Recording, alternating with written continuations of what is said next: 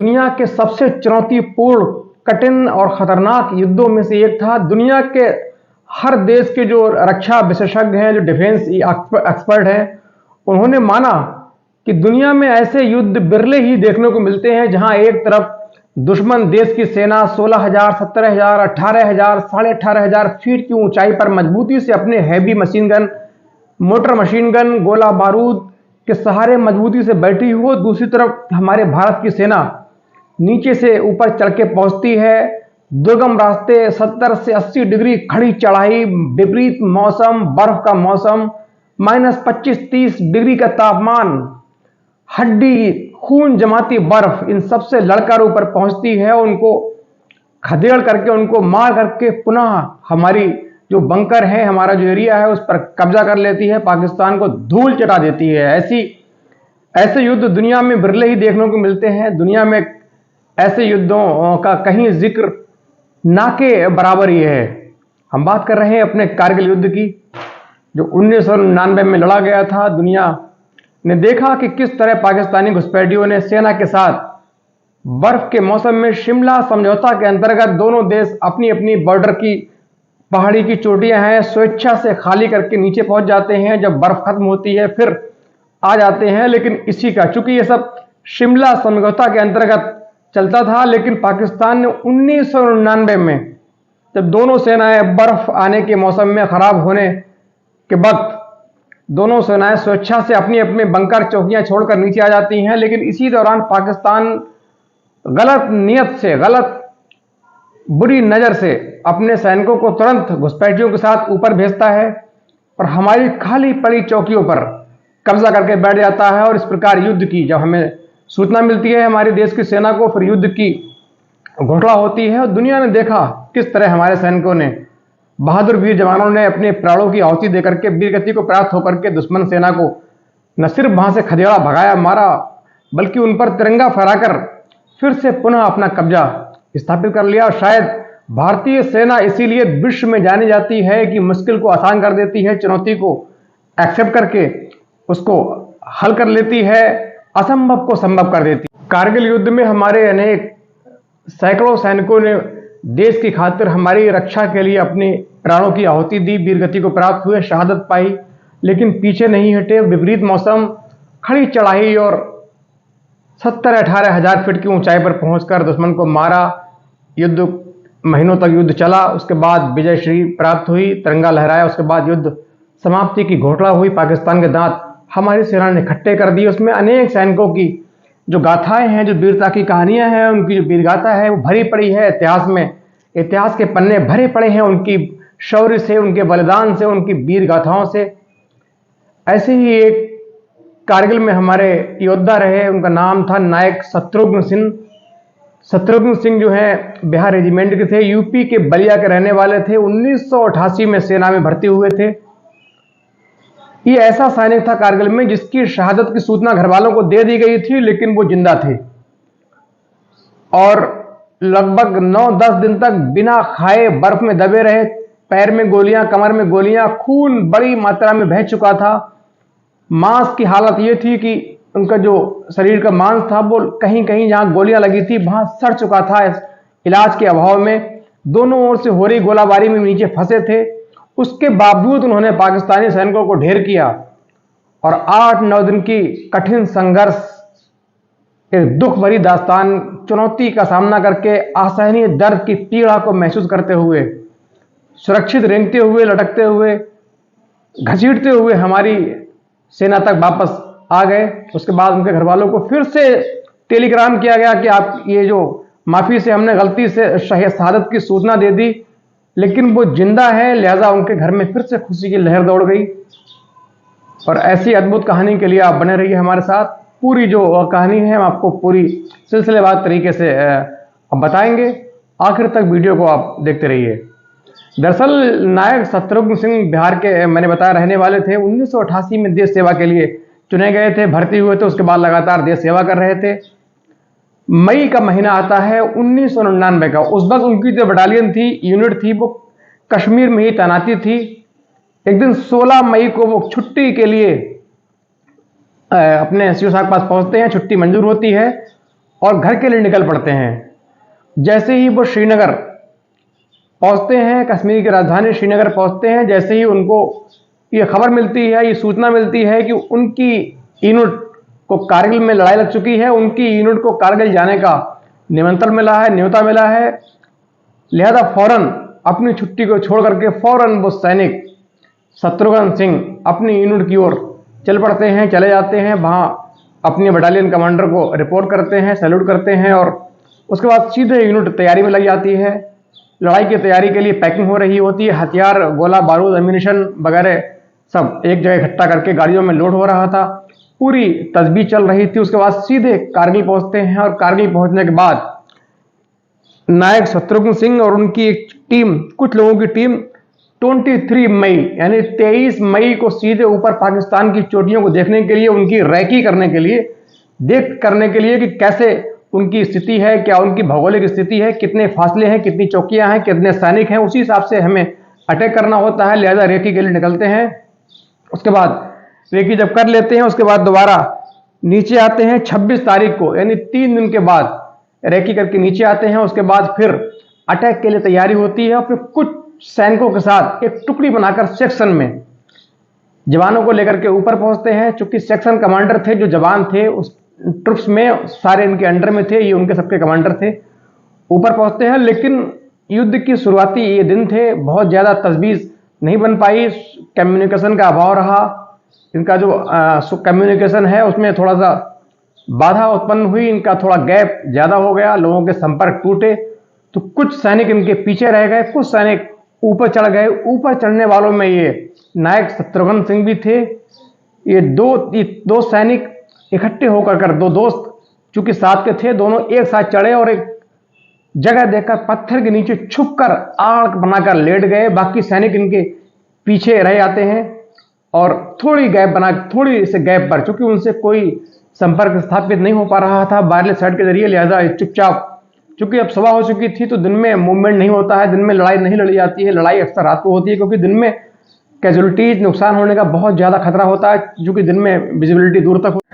तभी वो देखते हैं पाकिस्तानी सैनिक सामने से आ रहा होता है, ये चुपचाप बैठे होते हैं और वो सैनिक आता है, चुपचाप इनके बहुत नज़दीक से लगभग 2-2.5 मीटर के फासले से निकल जाता है और दूसरे बंकर की ओर अपने चला जाता है। उसके बाद कुछ देर के बाद वो सैनिक वहां से कुछ सामान लेकर के फिर लौटता है, फिर उनकी तरफ आ रहा होता है।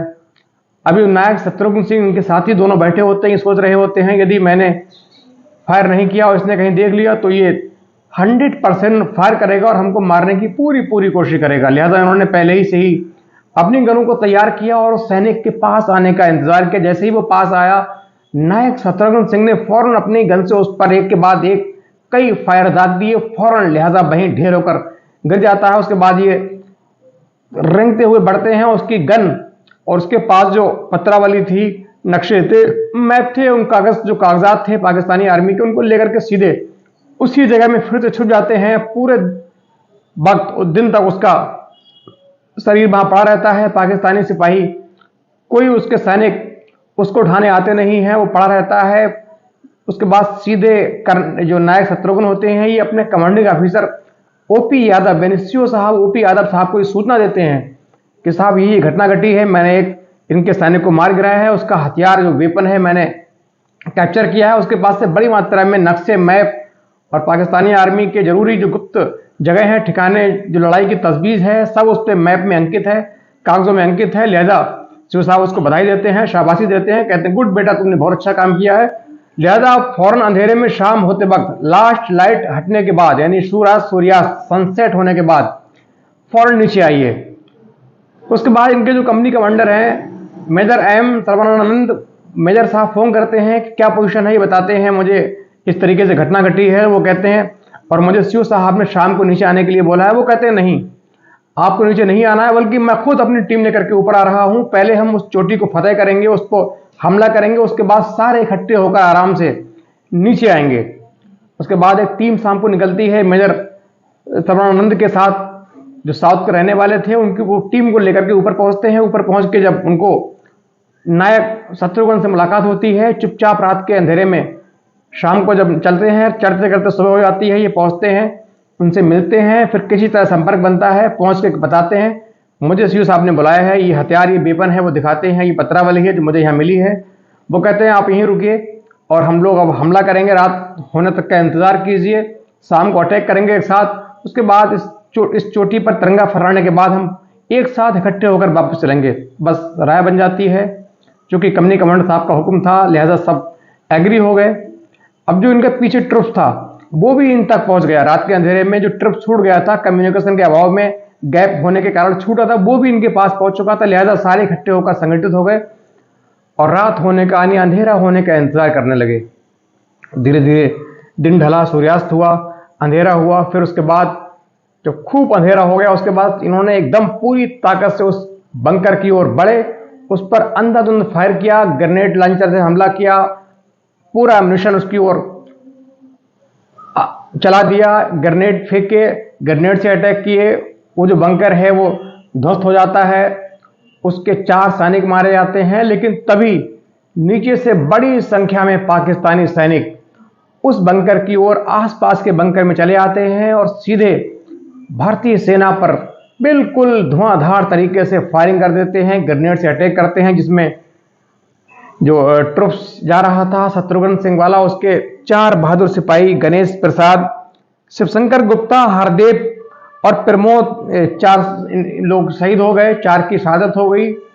और थोड़ी देर के बाद, ये सारा मामला रात का चल रहा था, रात का मामला था, थोड़ी देर के बाद जो मेजर साहब थे उनके सिर में गोली लगती है और वो भी वहीं तुरंत वीरगति को प्राप्त हो जाते हैं।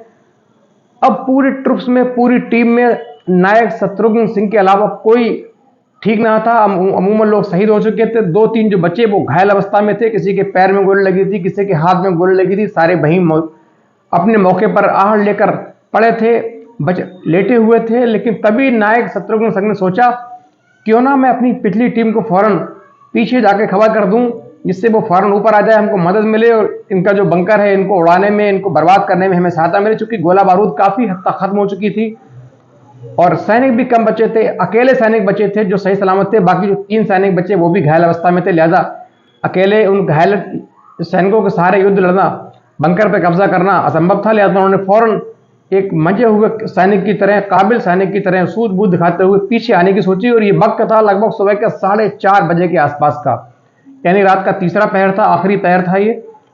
जब वो नीचे आने की कोशिश कर रहे थे तभी एक पाकिस्तानी सैनिक ने उनका मूवमेंट देख लिया और सीधे स्नाइपर से उनके सर में फायर किया, लेकिन लगा उनके पैर में। वो चूंकि उस वक्त अचानक वो झुक गए थे, पैर में फायर लगता है, वो गिर जाते हैं, एक फायर और मारता है, वो पैर में लगता है, उसके बाद वो फिर रेंगते हैं, उसके बाद एक फायर और करता है, वो सीधे उनकी कमर में आके लगता है और वो वहीं गिर जाते हैं, घायल हो जाते हैं, उनकी बॉडी से खून का फव्वारा निकल पड़ता है। इसी दौरान जो घायल सैनिक थे वो किसी तरह रेंग कर पीछे वाली हमारी जो सेना, पीछे ट्रुप्स लगा हुआ था, एडवांस जो मूव चल रही थी, एक सपोर्टिंग ट्रुप चल रहा था, उस तक पहुंच जाते हैं। उसको पूरी घटना बताते हैं कि मेजर साहब शहीद हो चुके हैं, इतने जवान शहीद हो चुके हैं, नायक शत्रुघ्न का कहीं अता पता नहीं है, हम 3 लोग ऐसे ही मुश्किल से रेंगते हुए यहाँ तक पहुंचे हैं। लिहाजा पूरा ट्रुप्स फिर हमला करता है, दोनों ओर से फायरिंग होती है, भयंकर फायरिंग चलती है। उसी दौरान नायक शत्रुघ्न वहीं पड़े होते हैं, पत्थरों के आड़ में होते हैं। किसी तरह अपना फर्स्ट एड किया, क्योंकि लड़ाई के दौरान हर सैनिक को फर्स्ट एड का सामान मिलता है, पट्टी मिलती है, फील्ड पट्टी मिलती है, दवाइयाँ मिलती हैं, वो उन्होंने लगाई, अपना फर्स्ट एड किया। लेकिन फर्स्ट एड भी बहुत ज़्यादा पूरा नहीं हो पाया, क्योंकि 3 गोलियां लगी थीं, तो 3 जगह मलहम पट्टी करना थोड़ा आसान नहीं था। तड़पते रहे, वहीं पड़े रहे, फिर सुबह हो जाती है। उसके बाद पूरे दिन वहाँ पड़े रहते हैं, इंतज़ार करते हैं कि जब कोई आए हमें यहाँ से ले जाए, लेकिन पूरे दिन तक कोई मदद नहीं हुई, ना ही कोई पाकिस्तानी सैनिक वहाँ उनको उनके हथियार या उनको उठाने के लिए आया। अमूमन ऐसा होता है कि पाकिस्तानी सैनिक या हमारे सैनिकों जो मेरठ सैनिक होते हैं, पाकिस्तान के मेरठ सैनिक हैं, उनको हथियार उठा लाते हैं। ये हमारे जो शहीद सैनिक हैं उनके पाकिस्तान भी उनका हथियार उठाने की कोशिश करता है, लेकिन कोई सैनिक उनकी ओर नहीं आया।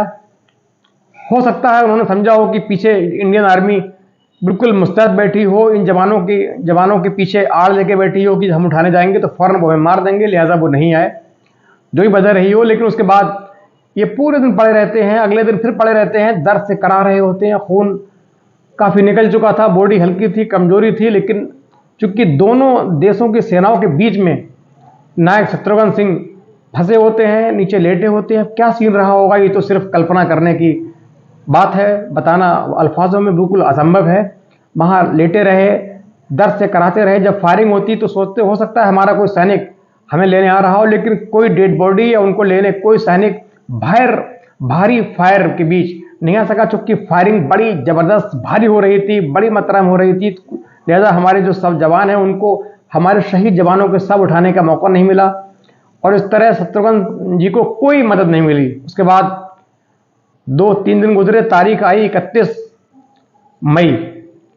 31 मई को उन्होंने देखा कि अचानक दिन के 1 बजे मौसम खराब होने लगता है, चारों ओर ठंडी हवा चलती है, अंधेरा छा जाता है, तभी जोरदार बर्फबारी स्टार्ट हो जाती है और दिन के अंदर जो विजिबिलिटी होती है बहुत कम हो जाती है। लिहाजा उन्होंने सोचा कि इससे अच्छा मौका यहां से निकलने का अब आने वाला नहीं है, लिहाजा यही मौका है जब यहां से कैसे ही करके निकल चलिए, वरना यहीं बर्फ में दब के मौत भी हो सकती है या पाकिस्तानी सैनिक आकर के पकड़ सकते हैं, गोली मार सकते हैं। लिहाजा उन्होंने फौरन अपना मरता क्या ना करता पूरी ताकत से वहां से रेंगे और रेंगते रेंगते रेंगते रहे। अगली बार उनको जो पाकिस्तानी बंकर था, जो चौकी थी, उसके सामने से पत्थरों की आड़ से रेंगते रहे, निकलते रहे बर्फ की आड़ में। चूंकि बर्फ पड़ रही थी तो बहुत ज्यादा दिखाई नहीं पड़ रहा था, ना हमें उधर ना पाकिस्तान को इधर। वो निकल गए बर्फ में रेंगते रेंगते, सीधे एक नाला जो पाकिस्तानी बंकर के दाहिनी तरफ पानी का नाला ऊपर से नीचे आ रहा था, बह रहा था, उस तक पहुंचते हैं। ये जो सफर है नाले तक पहुंचने का, इसमें लगभग उनको 3 दिन लग जाते हैं। इस दौरान उन्होंने पानी की जगह बर्फ को खाया। खाने के लिए उनके पास कुछ था नहीं, जो बिस्किट थे वो खा के खत्म हो चुके थे।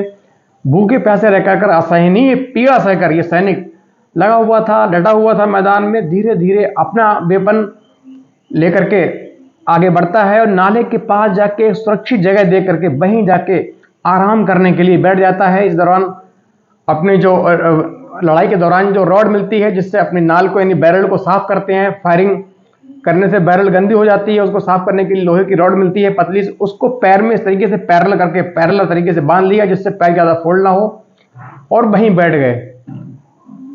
और वो देखते हैं कि वहां सामने से कुछ जो पाकिस्तानी सैनिक हैं वो पानी के लिए, उनको पानी पीना था, वो पानी पीने के लिए आते हैं। तो उनमें 2 सैनिक जो होते हैं, और ये तारीख थी 5 जून की, 5 जून की तारीख आ चुकी थी। उसमें जो सैनिक पाकिस्तानी 3 सैनिक पानी लेने नाले की तरफ आते हैं, 2 सैनिक के पास हथियार थे, तीसरा सैनिक जिसके पास बड़ी बड़ी जरीकन थी, पानी की कैन थी खाली, उनको भर रहा था नाले से। तभी इन्होंने पूरी हिम्मत से, चूंकि इनके हाथ पूरे जाम हो चुके थे, फिर भी इन्होंने पूरी ताकत से उसके ऊपर फायर किया, एम्ड फायर किया, निशाना लेके फायर किया। वो फायर जो है वो दोनों सैनिकों के ऊपर किया। तीसरा जो पानी भर रहा था बैठ के वो बच जाता है, भाग जाता है, 2 फौरन मारे जाते हैं।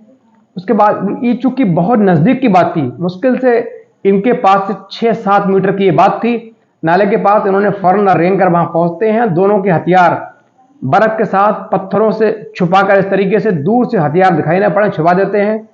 चूंकि इनके पास इतनी घायल, इतना अपना खुद एमिनेशन, अपना खुद सामान था, तो उनका हथियार कैरी नहीं कर पाए, उनको वहीं ढक दिया। उसके बाद वहां से फिर रोलिंग करते, लुढ़कते पुढ़कते, उनसे घिसटते हुए, रेंगते हुए, लोटपुट होते हुए, रूल करते हुए, जैसे उनको लगा वहां नीचे आए। नीचे आते हैं, दौरान 5 के बाद 6 तारीख आती है, 7 जून आती है, 8 जून आती है। वो रेंगते रहते हैं, आराम करते हैं, फिर रेंगते हैं, फिर पत्थर देख के आराम करते हैं। लगातार युद्ध चल रहा था और इसी दौरान भारतीय सेना की ओर से उनके घर को टेलीग्राम दे दिया गया था, मैसेज दे दिया गया था कि नायक शत्रुघ्न शहीद हो चुके हैं। लिहाजा उनके घर में कोहराम मच जाता है। तमाम आसपास के इलाके के रिश्तेदार अधिकारी उनके घर पहुंचकर उनको सांत्वना देते हैं, शहीद के प्रति सहानुभूति प्रकट करते हैं। तमाम छोटे बड़े अधिकारी पहुंच चुके थे, लोगों का गांव में तांता लग गया था। ये सूचना इलाके में फैल चुकी थी जंगल में आग की तरह की, नायक शत्रुघ्न सिंह कारगिल में शहीद हो चुके हैं। चूंकि कमांडिंग ऑफिसर ने सोचा कि इनकी अब तक कोई अता पता नहीं है, लगभग ये 28-29 जून की बात है, अब तारीख 5-6 दिन हो चुके थे। लिहाजा सोचा कि अगर यदि होंगे फिर भी कैसे बिना खाए भी जिंदा रहे होंगे। लगातार भारी बर्फबारी हो रही है, भारी गोलाबारी हो रही है, ग्रेनेड से हमले हो रहे हैं, लगातार गोलियां चल रही हैं, अब तक उनका होना बहुत मुश्किल है। लिहाजा उनको शहीद घोषित किया गया। घर पे उनके शहादत की सूचना भेजी गई। घर वालों में हड़कंप मच जाता है, कोहराम मच जाता है, परिजनों का रो रो के बुरा हाल हो जाता है। इसी दौरान जो तारीख आती है 9 जून को जो है नायक शत्रुघ्न सिंह लुढ़कते हुए, रेंगते हुए, फिसलते हुए, घिसटते हुए सीधे भारतीय सेना की जो डेल्टा कंपनी होती है, उनकी खुद की बटालियन थी जिसकी डेल्टा कंपनी थी। डेल्टा कंपनी के जो बंकर था, जो पोस्ट थी, उसमें 4 जवान ड्यूटी दे रहे थे। उसके सामने पहुंचते हैं तो लेकिन चूंकि भारतीय सेना की ड्रेस थी तो जवान देखकर चौंकते हैं, लेकिन भारतीय सेना की यूनिफॉर्म देखकर वो फायर नहीं करते हैं, रुकते हैं। लेकिन चूंकि ये बहुत कोई ऐसा मूवमेंट नहीं कर रहे थे, ऐसी हरकत नहीं कर रहे थे जिससे लगे कि हम पर फायर करने वाले हैं, लिहाजा उन्होंने फायर नहीं किया। चूंकि कई दिनों से इन्होंने शेविंग, लड़ाई के दौरान शेविंग नहीं की जाती है, दाढ़ी, मूछ शेविंग, बाल कटिंग, हेयर कटिंग कुछ नहीं होता है, तो बाल बढ़ गए थे, दाढ़ी बढ़ गई थी, मूछें भी बड़ी थी, लिहाजा पहचान में नहीं आ रहे थे। लेकिन एक भारतीय सेना का जो बैच था, इंडियन आर्मी की यूनिफॉर्म थी, उसको, उसके सहारे ये वहां बैठ गए और लगातार हाथ से बुलाने का इशारा कर रहे थे। चूंकि अब तक इनकी आवाज जा चुकी थी, इनको मुंह से कोई शब्द नहीं निकल रहा था, सिर्फ इशारे कर रहे थे। तो वहां जो संतरी पहरा दे रहे होते हैं वो कहते हैं ये पाकिस्तानी तो नहीं है, कि ऐसा तो नहीं हमारे जवान को, शहीद जवान की यूनिफॉर्म निकालकर पहन ली हो, हमको हमला करने के उद्देश्य से पाकिस्तान की नई चाल हो। तभी उनमें मौजूद एक सिपाही कहता है नहीं, ये हमको चेहरे के हिसाब से अपने शत्रुघ्न सर लग रहे हैं, इनकी नाक है, इनकी आंखें हैं, इस तरीके से जो चेहरा है वो बिल्कुल वैसा है, 1 मिनट रुकिए। तभी वहां फौरन उनके जो कंपनी कमांडर होते हैं, कैप्टन साहब, उनको खबर दी जाती है।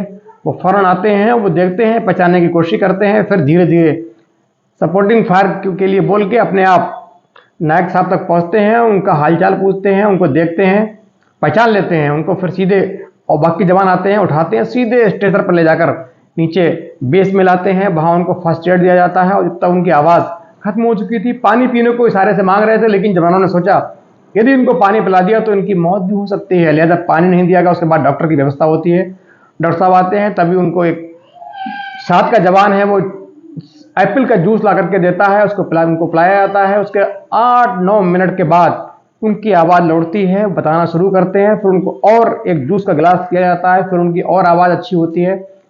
फिर जो कमांडिंग ऑफिसर हैं वो ओपी यादव साहब पहुंचते हैं, पूरी वहाँ की जानकारी लेते हैं। उनको नायक साहब उनको बताते हैं, शत्रुघ्न सर बताते हैं कि वहाँ मैंने किस प्रकार उनको मारा। उसके बाद फला फला जगह पर 2 हथियार छुपे हुए हैं, पत्थर से छुपे हैं, मैंने उनको मारा और मेरे पास जो पत्रावली है मेरी पॉकेट से निकाल लीजिए।